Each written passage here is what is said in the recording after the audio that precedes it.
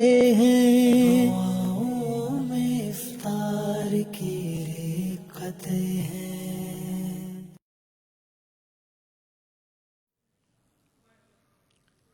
کعبے کی رونق کعبے کا منظر، کعبے کی رونق کعبے کا منظر، اللہ اکبر اللہ اکبر اللہ اکبر اللہ اکبر، دیکھو تو دیکھے جاؤ برابر، دیکھو تو دیکھے جاؤ برابر، اللہ اکبر اللہ اکبر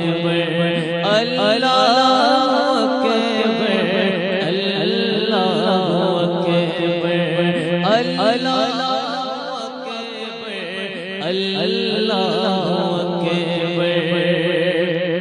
تیرے حرم کی کیا بات مولا، تیرے کرم کی کیا بات مولا، تیرے حرم کی کیا بات مولا، تیرے کرم کی کیا بات مولا، عمر کر دے آنا مقدر، عمر کر دے آنا مقدر،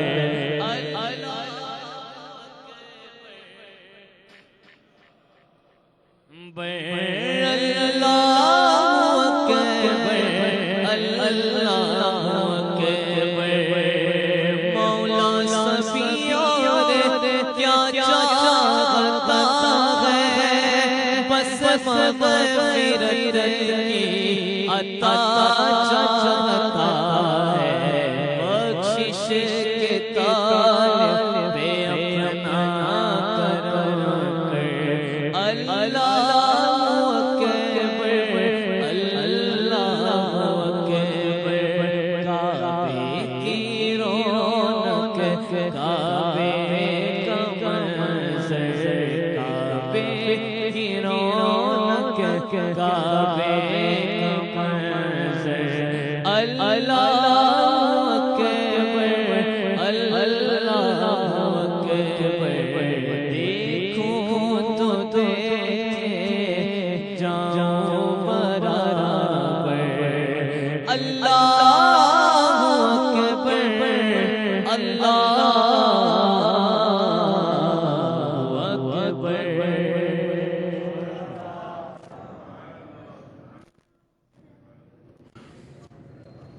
الحمد لله رب العالمين، والصلاة والسلام على خاتم النبيين، أما بعد فأعوذ بالله من الشيطان الرجيم، بسم الله الرحمن الرحيم، الصلاة والسلام عليك يا رسول الله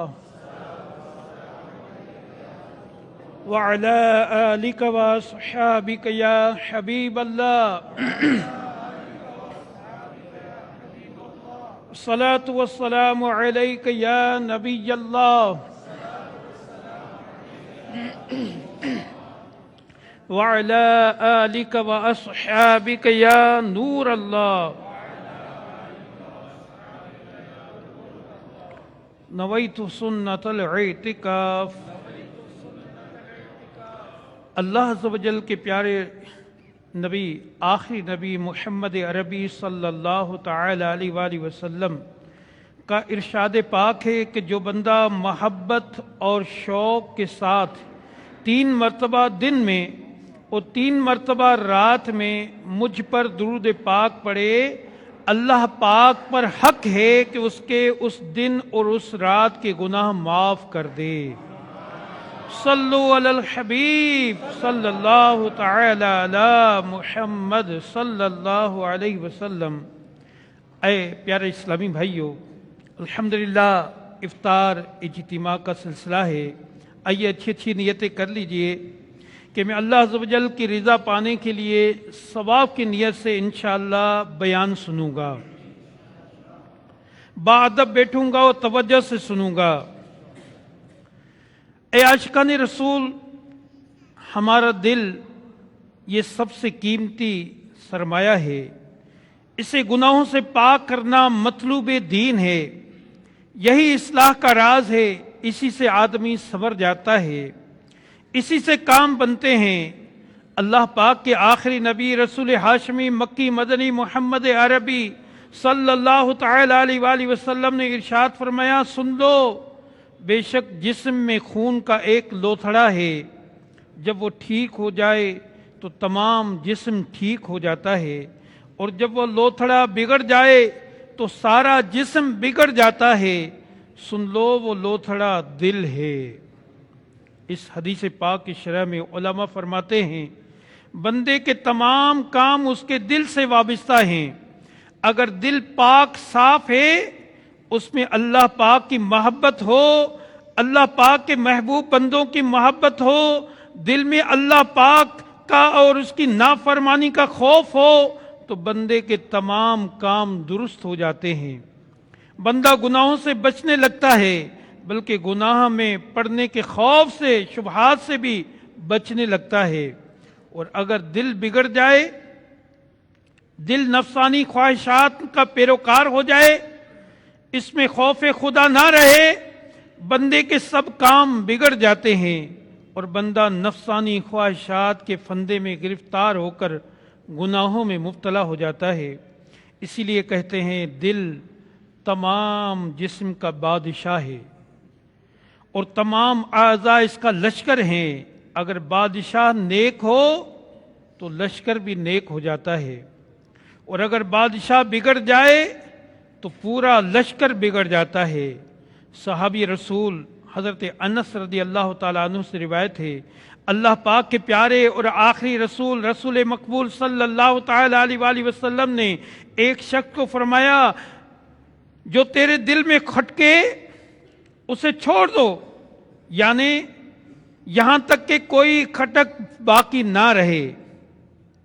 اس شخص نے عرض کی، یا رسول اللہ صلی اللہ علیہ وسلم، میرے دل کی کھٹک کیسے جان سکتا ہوں؟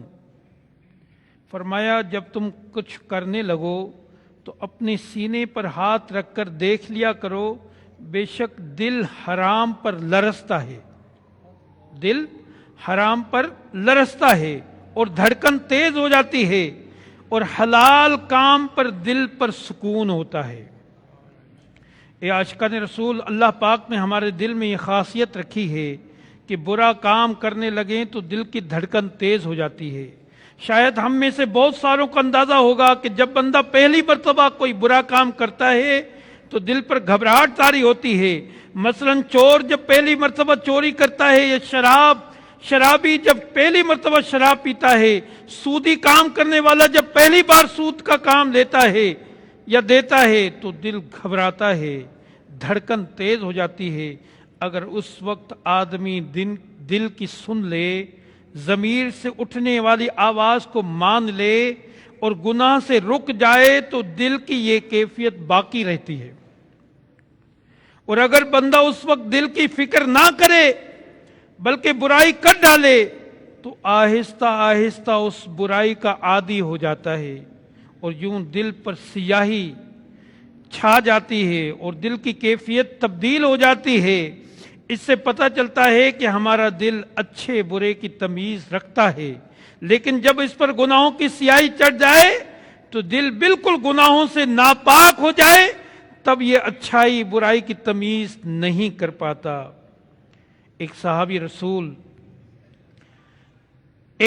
رسول ہیں حضرت وابصہ رضی اللہ تعالیٰ عنہ، بہت پرہیزگار اور خوف خدا والے تھے، اکثر خوف خدا کے سبب روتے رہتے تھے۔ فرماتے ہیں ایک مرتبہ میں نے سوچا کہ رسول اکرم نور مجسم صلی اللہ تعالی علیہ وآلہ وسلم سے نیکی اور گناہ سے متعلق سوال کروں، میں آقا صلی اللہ علیہ وسلم سے سوال کروں۔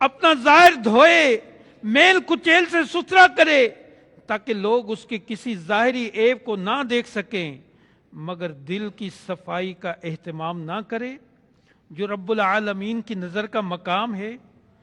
اللہ اکبر! اے عاشقان رسول، غور کا مقام ہے۔ ہم نیند سے اٹھ کر جب تک منہ نہ دھو لیں تو گھر سے نکلنا گوارا نہیں کرتے۔ کپڑے میلے ہوں تو لوگوں کے سامنے جاتے ہوئے ہمیں جھجک محسوس ہوتی ہے، شرم آتی ہے، اس لیے کہ چہرہ صاف کرنا، کپڑے صاف کرنا، لوگ ہمیں ٹھٹھول کریں گے، مذاق کریں گے، لیکن دل کی صفائی کی طرف کوئی توجہ نہیں ہے۔ گناہ کرتے جاتے ہیں اور دل میلا ہو جاتا ہے، کوئی فکر نہیں ہوتا، مگر افسوس دل میلا ہے، دل پر گناہوں کی سیاہی چڑھی ہوئی ہے، دل میں برے خیالات ہیں، بدگمانیاں ہیں، تکبر ہے، غرور ہے، دل میں حسد کی آگ جل رہی ہے، ہمیں اس کی ذرا فکر نہیں ہوتی، حالانکہ دل رب کریم کی نظر کا مقام ہے۔ سلطان العارفین شیخ سلطان باہو رحمت اللہ علیہ فرماتے ہیں، کیا خوب فرمایا، فرمایا اگر نہانے دھونے سے رب کریم ملتا، نہانے دھونے سے اگر رب کریم ملتا تو مچھلیاں سب سے زیادہ رب کریم کا قرب پاتی، کیونکہ وہ تو ہر وقت پانی میں ہی ہے، صاف ہیں، صاف پانی میں چلتی رہتی ہے۔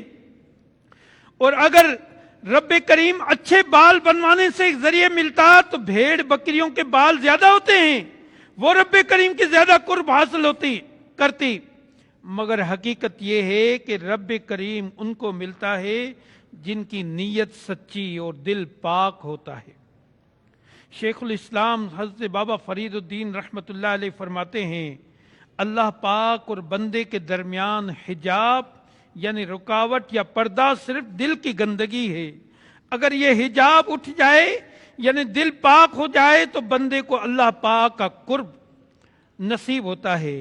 اب دل کی پاکی کیسے ہو؟ گناہوں کرنے سے دل پر جو سیاہی چڑھ جاتی ہے، علماء فرماتے ہیں رب کریم کی بارگاہ عالیہ میں گڑ گڑائے، توبہ کرے سچے دل سے، اس اللہ کریم کی بارگاہ میں اپنے گناہوں کا اقرار کر کے روئے، شرمسار ہو، توبہ کرے۔ اور فرمایا دوسرا یہ کہ قرآن کریم کی تلاوت کرنے سے دلوں کی صفائی ہوتی ہے، دل پاک بن جاتے ہیں۔ کلمہ طیبہ لا الہ الا اللہ کا ذکر کرنے سے دل کی سیاہی دور ہوتی ہے، اور ذکر اللہ کرنے سے دل پاک ہوتا ہے۔ نیکوں کی صحبت میں آنے سے دل پاک ہوتا ہے، قرب نیکوں کی صحبت میں آنے سے نیکیوں سے محبت پیدا ہوتی ہے۔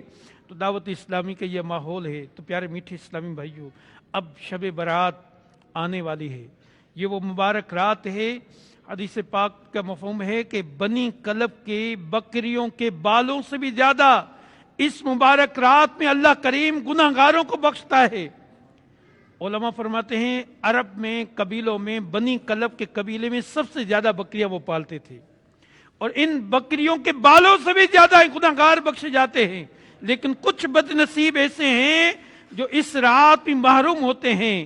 شراب پینے والا، ماں باپ کا نافرمان، چغل خور اور رشتے کاٹنے والا، اس طرح اور کوئی گناہوں کے متعلق بتایا گیا۔ تو پیارے میٹھے اسلامی بھائیوں، سچے دل سے رب کریم کی بارگاہ میں توبہ کریں، ماں باپ کو راضی کریں، اگر وہ ناراض ہوں تو ان سے معافی مانگیں، رشتہ داروں میں سے کہیں قطع تعلق ہے، رشتہ کاٹ دیا ہے، بات چیت بند کی ہے، تو اللہ کی رضا کے لیے ان سے معافی مانگ کر ایک دوسرے سے صلح کیا جائے، رب کریم کی بارگاہ میں توبہ کریں، تاکہ یہ شب برات کی مبارک رات اللہ کریم ہمیں بھی ان بخشنے والوں میں شامل فرمائے۔ تو انشاءاللہ عز و جل امیر اہل سنت نے رات بھی اعلان فرمایا تھا مدنی مذاکرے میں، تو منگل کے دن، یہ منگل 14 شعبان ہے، بدھ کا دن یہ 15 ہے، یعنی منگل کے دن رات یہ شب برات ہوگی، تو اللہ توفیق دے تو 14 شعبان کا بھی روزہ رکھیں تاکہ اعمال نامے کا آخری دن بھی روزہ ہو۔ اور فرمایا کہ عصر کی نماز پڑھ کے مسجد میں اعتکاف کریں، درود پاک پڑھیں، کلمہ طیبہ پڑھتے رہیں مغرب تک، تاکہ آخری لمحات بھی آپ کے مسجد میں اعتکاف شامل ہو۔ اللہ توفیق دے تو جیسے ہی غروب آفتاب سے رات شروع ہو تو مغرب کی نماز کے بعد 6 رکعات نوافل پڑھے جاتے ہیں اور قرآن کریم کی تلاوت ہوتی ہے۔ ذہن نصیب اللہ توفیق دے تو فیضان مدینہ میں امیر اہل سنت کا قرب بھی حاصل کریں اور اس دعاؤں میں بھی شامل ہوں۔ اور رات کو بڑی رات ہے شب برات، تو اس اجتماع میں بھی دعوت اسلامی کے تحت عالمی مدنی مرکز فیضان مدینہ میں بھی بڑا اجتماع ہوگا، تو اس رات کو اس میں ضرور شریک ہوں۔ اللہ کریم ہمیں عمل کرنے کی توفیق عطا فرمائے۔ یا الہی ہر جگہ تیری عطا کا ساتھ ہو، جب پڑے مشکل شہ مشکل کشا کا یا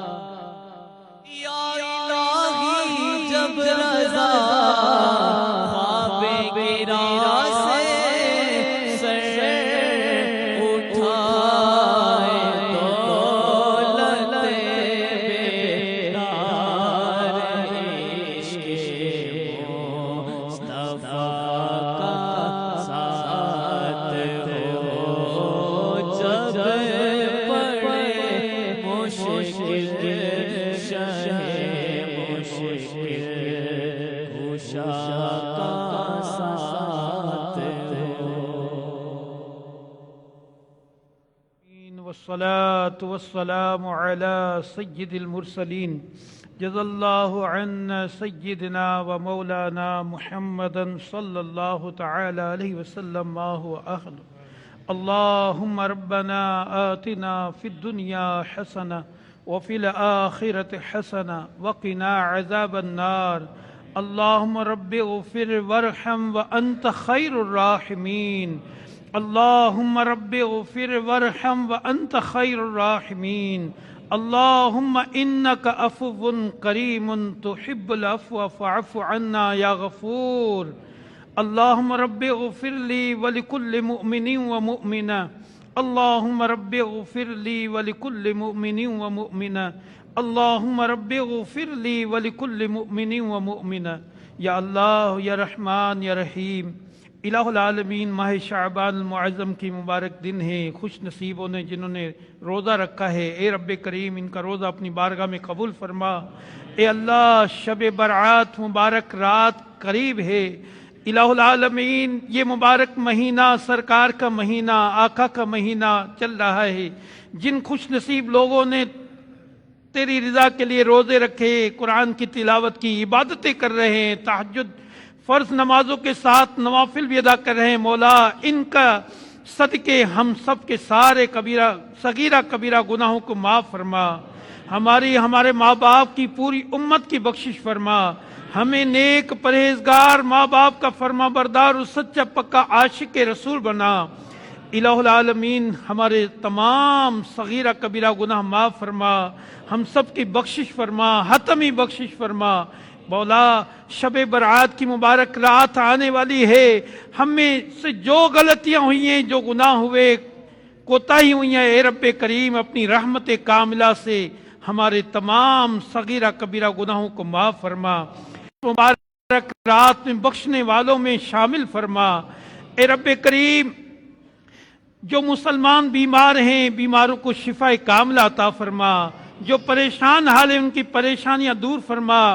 حاضرین میں سے اور جو مدنی چینل کے ناظرین ہیں، جہاں جہاں دعاؤں میں شامل ہے، اے مولا تیری بارگاہ میں ہاتھ اٹھائے ہوئے ہیں، اے رب کریم اس آقا کے مہینے کے صدقے، پیارے آقا صلی اللہ تعالی علیہ وآلہ وسلم کے صدقے ہماری دعاؤں کو اپنی بارگاہ میں قبول فرما۔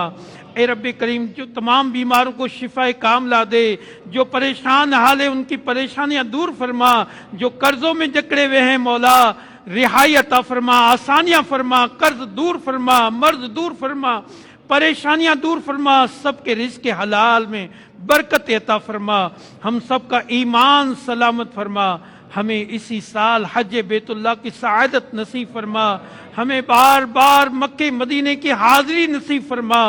اللہم ربنا تقبل منا انک انت السمیع العلیم وتب علینا انک انت التواب الرحیم۔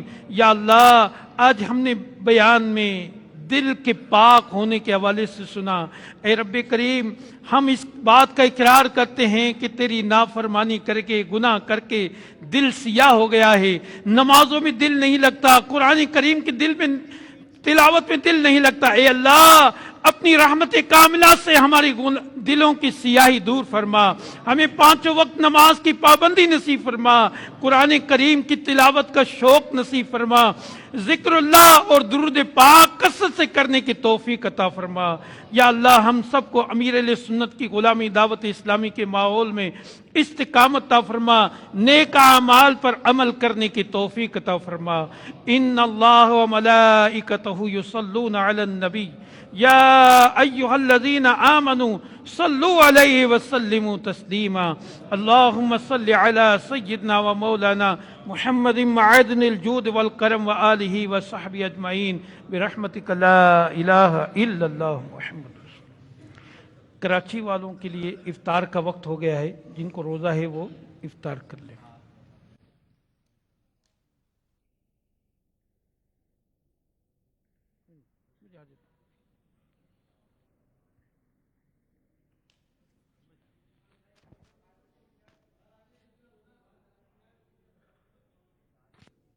دعاؤں میں افطار کی رقطیں، مناجات میں کس قدر لذت